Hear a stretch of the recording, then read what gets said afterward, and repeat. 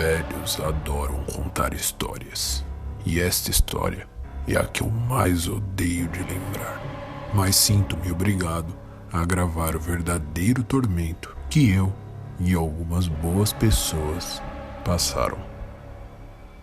Há quase 40 anos, quando ainda era jovem, conheci uma moça, linda, de cabelos cor de avelã, um sorriso largo, tudo que um jovem como eu desejava.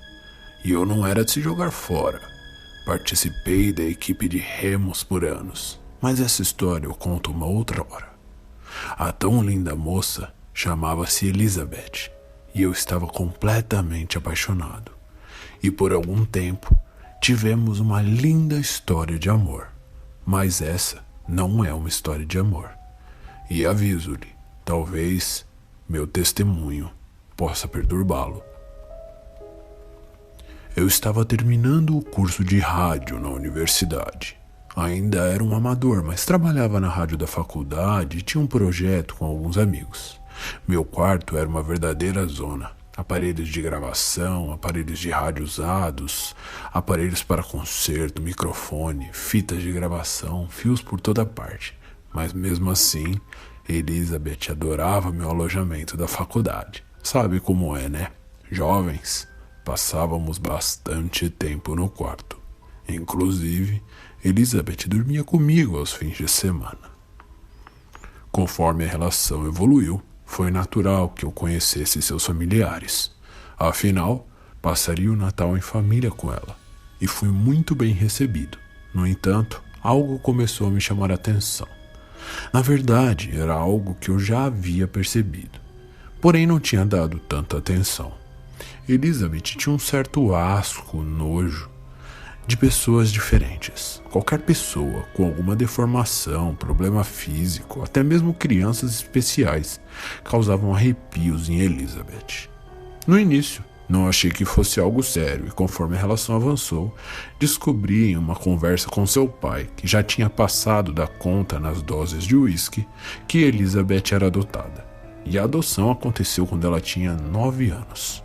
Os pais biológicos, pelo que o velho me disse, tinham sido encontrados mortos em uma casa. Uma história bastante perturbadora. Mas como eu disse, essa não é uma história de amor. E as coisas ficam cada vez mais estranhas. Um ano se passou e eu e Elizabeth não tínhamos mais segredos. Ela havia me contado tudo sobre sua adoção e das poucas lembranças que tinha de seus pais biológicos. Mas eu sentia que era como se ela não lembrasse de tudo. E decidimos então buscar uma ajuda profissional. Um psicólogo renomado, muito famoso por suas sessões de regressão, resolveu nos ajudar. Elizabeth estava empenhada em descobrir por que não lembrava dos pais e entender esse estranho asco por pessoas com deficiência. As sessões se iniciaram e após algumas, o estado de Elizabeth se agravou. Ela começou a ter crises de pânico, não comia, não queria sair de casa e reclamava sempre de um pesadelo recorrente. Ela dizia ver um ser que não parecia humano, com um rosto preto. E outra coisa me chamou a atenção. Elizabeth me disse que toda noite acordava com um som estranho, algo que parecia ritmado, que tirava completamente o sono e dava arrepios. No começo, achei que era apenas um efeito colateral do tratamento. Mas ela insistiu tanto para que eu ligasse o microfone durante a noite toda para tentar captar esse som. E eu, obviamente, não alimentaria aquela loucura. Elizabeth estava doente e precisava continuar o tratamento. Algumas semanas se passaram e Elizabeth continuava a mencionar o som e o rosto preto durante a noite. Resolvi conversar com o psicólogo e fiquei ainda mais assustado. O psicólogo não era velho, deveria ter os seus 40 anos. Um homem disse que Elizabeth possivelmente havia sofrido um trauma e que era tão sério que seu cérebro simplesmente trancou aquelas memórias para proteger sua sanidade. E que agora que tudo estava voltando era natural que a jovem tivesse essas crises. Perguntei sobre detalhes e o psicólogo contou que Elizabeth citava coisas bastante estranhas. Nas lembranças de sua primeira casa, era como se fosse um grande hospital. Um hospital para pessoas especiais. Disse-me que não era paciente, mas que seus pais tratavam as pessoas de lá. mas não tratavam com medicamentos ou injeções. Tratavam de forma diferente. No porão, com uma música esquisita e animais pendurados. Eu saí da clínica catatônico.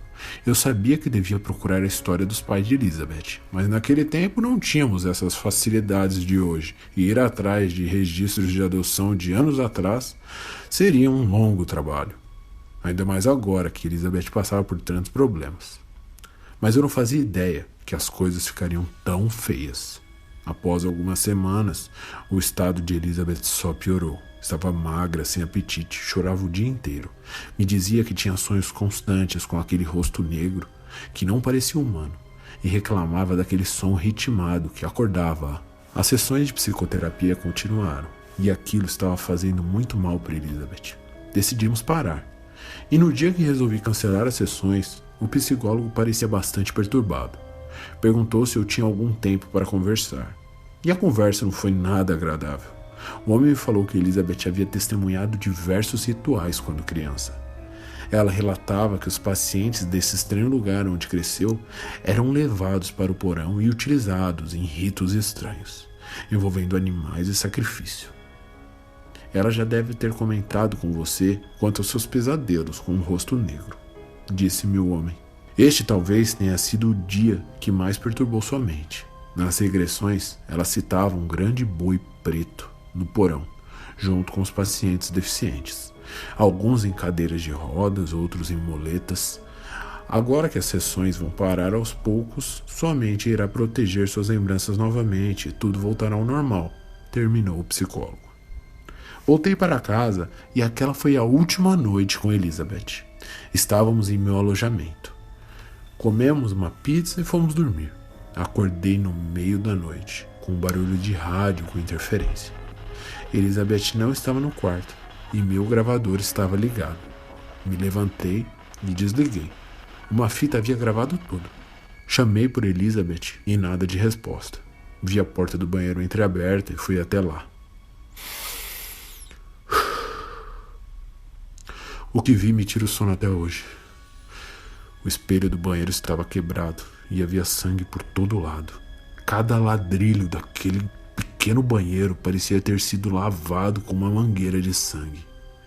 Caída, enrolada na cortina do box, estava Elizabeth, ainda segurando um grande caco de vidro.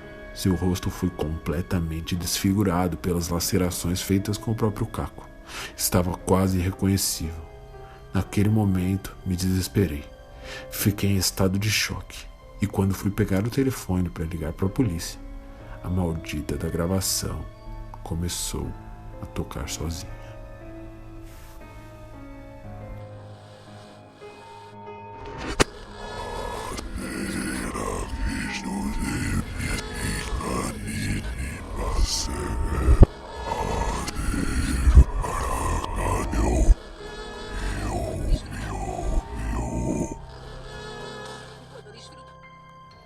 Na hora que a fita tocou, eu soube.